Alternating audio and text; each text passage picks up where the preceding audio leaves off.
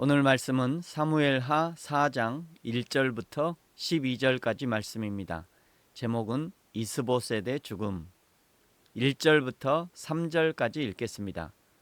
사울의 아들 이스보셋은 아브넬이 헤브론에서 죽었다 함을 듣고 손에 맥이 풀렸고 온 이스라엘이 놀라니라. 사울의 아들 이스보셋에게 군 지휘관 두 사람이 있으니 한 사람의 이름은 바하나요 한 사람의 이름은 레갑이라. 베냐민 족속 브에롯 사람 림몬의 아들이더라. 브에롯도 베냐민 지파에 속하였으니 일찍이 브에롯 사람들이 깃다임으로 도망하여 오늘까지 거기에 우거함이더라. 아멘. 오늘 1절은 다윗에게 북이스라엘을 넘기려 갔던 아브넬이 요압에게 살해를 당했다는 소식을 들은 이스보셋이 손에 맥이 풀렸고 온 이스라엘이 놀랐다고 기록하고 있습니다. 비록 이스보셋 자신을 호수아비 왕으로 세워놓고 권력을 쥐고 흔들었던 악한 장수였지만 어찌되었던 왕의 최측근이 죽었으니 나라를 어찌 다스려야 할지 알 수 없어 맥이 풀리고 힘이 빠지는 것입니다. 사람을 의지하면 일시적으로 힘이 될 때도 있지만 그러나 그것은 영원한 힘이 되지 못합니다.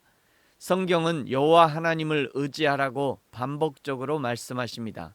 시편 20편 7절 어떤 사람은 병거 어떤 사람은 말을 의지하나 우리는 여호와 하나님의 이름을 자랑하리로다. 잠언 29장 25절 사람을 두려워하면 올무에 걸리게 되거니와 여호와를 의지하는 자는 안전하리라. 신앙의 싸움은 눈에 보이는 사람, 눈에 보이는 물질, 눈에 보이는 권력을 의지할 것인가 아니면 눈에 보이지 않지만 그러나 실제 하시는 하나님을 의지할 것인가의 싸움입니다. 눈에 보이는 사람, 물질, 권력을 의지하면 반드시 그것들은 사람의 뒤통수를 치지만 그러나 하나님을 의지하는 자는 처음엔 도움이 되지 않는 것 같고 지는 것 같고 도무지 이길 것 같지 않지만 그러나 하나님을 의지하는 자는 영원한 승리를 맛보게 되는 것입니다. 사랑하는 성도 여러분, 저와 여러분이 오직 여호와 하나님만을 의지하고 오직 여호와 하나님만 예배하는 저와 여러분이 되어지기를 축복합니다. 이스보셋이 그렇게도 의지하던 군대 장관 아브넬이 죽고 그 다음으로 정권을 노리던 두 명의 장군이 있었는데 2절에 한 사람의 이름은 바하나요 다른 사람은 레갑이었고 그들은 브에롯 사람이었다라고 말씀합니다. 5절의 기록을 보면 이 두 사람이 형제였던 것 같습니다. 그런데 3절 이 브에롯 사람들이 일찍이 깃다임으로 도망하여 오늘까지 거기 거주하고 있었다. 뭔가 사정이 있는 것 같지요? 사무엘하 21장에 가면 그 사정이 나오는데 사울의 시대 언제인지는 알 수 없지만 사울이 기브온 사람들을 학살한 내용이 등장합니다. 그때 기브온에서 살지 못하고 도망간 곳이 깃다임이라는 지역이었습니다. 그때부터 바하나와 레갑이 자기 동족 기브온 사람들을 학살한 사울에 대해서 원수 갚을 기회를 엿보고 있었다는 것이죠. 그리고는 생뚱맞게 4절에 요나단의 아들이 하나 남아 있었다는 것을 알려주십니다. 요나단의 아들의 이름이 무비보셋인데 그는 절름발이었고 유모가 어린아이를 안고 도망가다가 아이를 놓쳐서 다리를 다쳤습니다.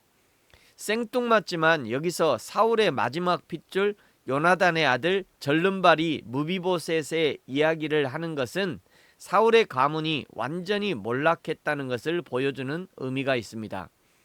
요나단의 아들 무비보셋이 절름발이니 이 사람이 왕위를 물려받을 수도 없고 정상적인 국정을 운영할 수 없으니 사울의 가문이 완전히 끝이 났다는 것을 보여주는 것이죠.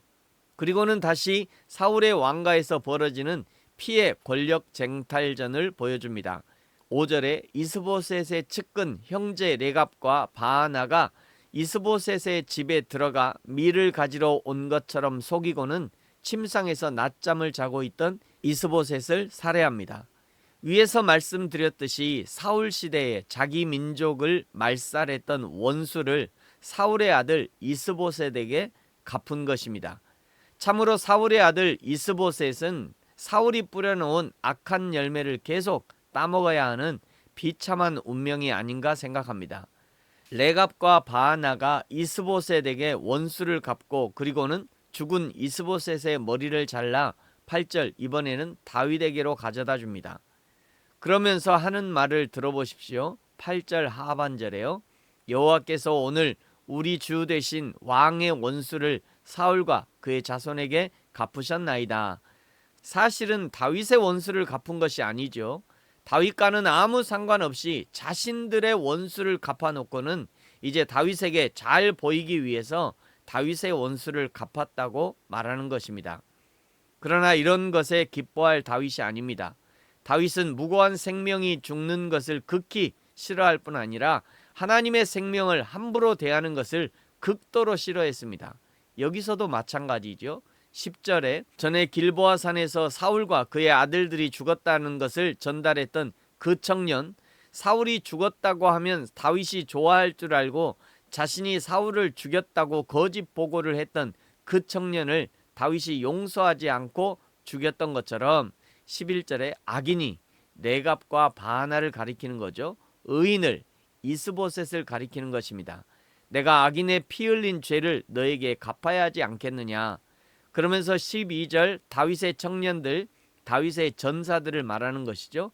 그들에게 명령해서 그 두 사람 레갑과 바하나를 죽이고 수족을 베어서 헤브론 목가에 매달아 교훈을 삼고 이스보셋의 시체를 가져다가 아브넬의 무덤에 매장했습니다.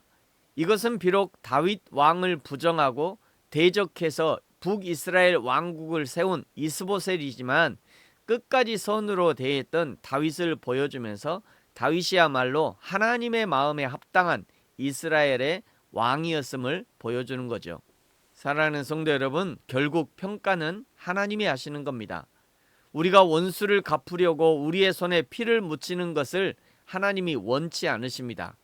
그저 우리는 기회가 있을 때 최선으로 사랑하고 최선으로 섬기고 최선으로 축복해 주는 것, 그것이 유일하게 우리가 해야 할 일입니다.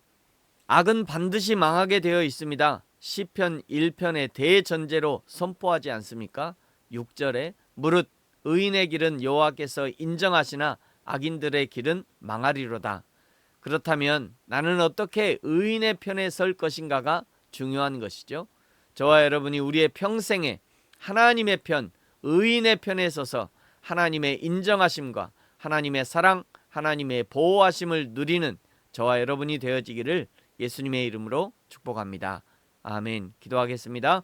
하나님 아버지 감사합니다. 하나님의 편에 선 자는 하나님이 보호하시지만 그러나 악인의 편에 선 자는 반드시 망하게 되는 이 진리를 알게 하시고 깨닫게 하시니 감사합니다. 다윗이 도망다니던 그 시절에도 그리고 왕이 된 후에도 여전히 하나님의 편에 선 것처럼 우리도 계속 여호와 하나님의 편에 서게 하시고 하나님이 내 편 되심을 늘 증거하게 하여 주옵소서. 감사합니다. 예수님의 이름으로 기도합니다. 아멘. 새번역 주기도문으로 예배를 마치겠습니다. 하늘에 계신 우리 아버지, 아버지의 이름을 거룩하게 하시며 아버지의 나라가 오게 하시며 아버지의 뜻이 하늘에서와 같이 땅에서도 이루어지게 하소서. 오늘 우리에게 일용할 양식을 주시고 우리가 우리에게 잘못한 사람을 용서하여 준 것 같이 우리 죄를 용서하여 주시고 우리를 시험에 빠지지 않게 하시고 악에서 구하소서. 나라와 권능과 영광이 영원히 아버지의 것입니다. 아멘.